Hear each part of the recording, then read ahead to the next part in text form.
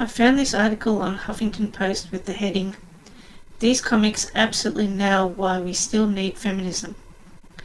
Let's take a look at these comics and see if feminism is still needed. Here we have a woman looking at the future through a crystal ball, while two feminists ask her questions. She says, "I see the distant future. It's the year 2014. To which one of the feminists reply, "Oh, is there a woman president?" The diviner then replies, "Not yet." Okay, wait a minute. Women have been nominated as presidential candidates since 1884 in the United States, or 1872 if you count Victoria Woodhull, and that is a right they have enjoyed ever since that time. The reason why there has been no woman president is because the people of the United States of America have not voted one in. This is not a feminist issue. Men and women have equal rights under the law. Also, you willfully ignore the rest of the world and only seem concerned about America, which is yet to see its first female president. You are so willing to ignore the 28 female presidents worldwide since the 1st of July 1974 up until now, and the 55 female prime ministers and one female grand chancellor from Germany since the 21st of July 1960 up until now.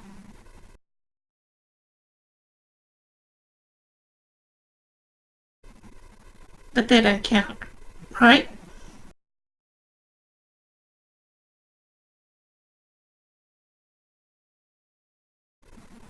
The feminist then goes on to say, "But women have equal representation in Congress, right?" To which the diviner responds, "Nope." So what you want is for more women to be elected to Congress, even if the people don't want to elect them? Or do you want more women to be studying politics so they can be elected into Congress? Well, if it's the latter, then why are you making comics on Tumblr? Should you not be studying to get into a political career to make it to Congress? Perhaps you should take an internship to help you get elected. Are you doing anything to counter this representation problem besides creating comics that highlight the problem? Or do you want other women to fix this problem for you? If you are not willing to step up to fix the problem, then why do you expect others to? Is this the same sort of shit as the STEM field's female job problem, where there are a bunch of women that are not in STEM field jobs complaining that other women should go into STEM field jobs? How about you be the solution to the problems you perceive, and set an example for other women to follow? The feminist then says, "Okay, but if it's that far in the future, at least we're finally getting equal pay for equal work." To which the diviner replies, I'm not even going to bother explaining this one, as there are many YouTube videos that do a far better job of explaining it than I ever could. Just search wage gap myth and watch one of them. Okay, on to the next comic. It reads, "Sexual assault hysteria is taking over college campuses." Yes, if you believe feminists that are pushing that ideology.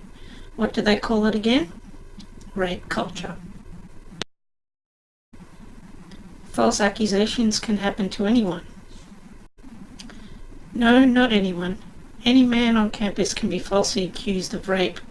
You will notice that men do not falsely accuse women or other men of rape. At least I cannot find any evidence of them doing so.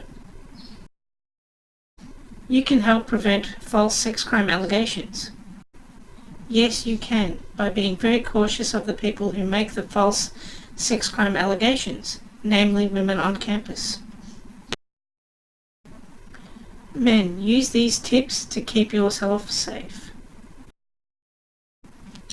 Apart from the blatant use of sarcasm in the comic, I have no problem with numbers 1 through 4.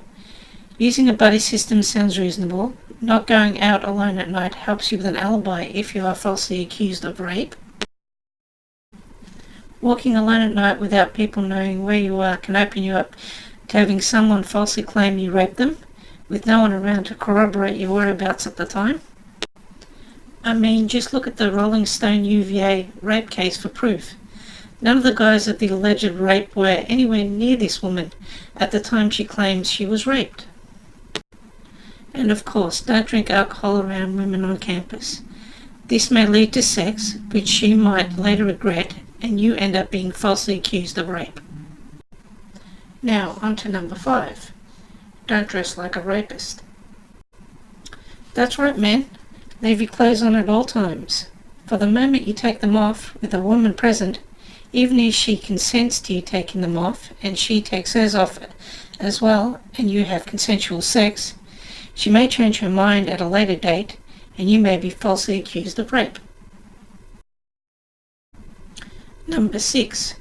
Stay at home, alone, with the doors locked every day and night. This is just ridiculous. No man or woman should feel the need to go to this extreme. Comic number 3. Not sure what this has to do with feminism. I don't believe that it was the feminist movement that took down the Confederate flag. On to comic number 4. Here we have a comic where we have a director saying to Wonder Woman, "No, you can't have your own movie. Everybody knows female-driven films don't make any money." On the right we have Katniss from Hunger Games, Bella from Frozen, and Sandra Bullock from Gravity waving as if to say, "Hey, we made some money." Let's have a look at the money these 3 movies made, shall we? The Hunger Games, on an estimated budget of $78 million, made a gross income of $407,999,255. Frozen, on an estimated budget of $150 million, made a gross income of $400,736,600. And Gravity, on an estimated budget of $100 million, made a gross income of $274,084,951. You're right, all these movies are wildly successful and made the studios that developed them a lot of money. But I think you're missing the point. Wonder Woman is part of DC Comics, and studios have made female-led DC and Marvel movies before. Let's have a look at those movies. Catwoman, on an estimated budget of $100 million, made a gross income of $40,202,379. That's almost a $60 million loss. Then there is Elektra, on an estimated budget of $43 million, made a gross income of $24,407,944.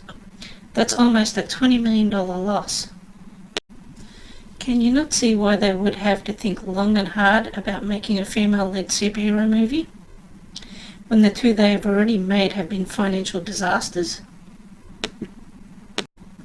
This comic is irrelevant anyway, because they are making a Wonder Woman movie which is due out in 2017. Best hope it does better than Catwoman and Elektra. On to comic number 5. Super Movie Fan says, "I enjoyed the new X-Men movie, but I wish we could have seen more of Storm and Kitty Pryde." To which Awesome Dude 18 replies, "I must respectfully disagree with you, sir." Then Super Movie Fan says, "Not that it matters, but I'm not a sir, I'm actually a woman." At which point Awesome Dude 18 cusses her out and asks her to go make him a sandwich. Okay, so instead of telling this guy why you want to see more of Storm and Kitty Pryde, you come out and tell him that he got your genitals wrong and that you in fact have a vagina and not a penis. If your gender is something you want people to know, then put it in your name. You could have called yourself Super Movie Woman or Super Movie Girl. If your gender is something you don't want people to know because you feel you'll get abused, then why bring it up in the first place? Your genitals have nothing to do with the conversation you are having. Comic number 6. A man and a woman are having a conversation. The man says, "Why are you a feminist?" The woman replies, "Because I believe in equality." The man then says, then you should call yourself an equalist or egalitarian. To which the woman says, I use feminist because my main focus is on the unequal status of women. The man then replies, so you only care about women? That's not equality, that's reverse sexism. The woman then says, I see what you're saying, let me rephrase my answer. She then says, you are the reason I'm a feminist. Your focus on the unequal status of women, is that the fact that there are more women in higher education than men? Or the fact that women are preferred 2-to-1 over men for STEM job positions? How about the fact that women get lower sentences for committing the same crimes as men?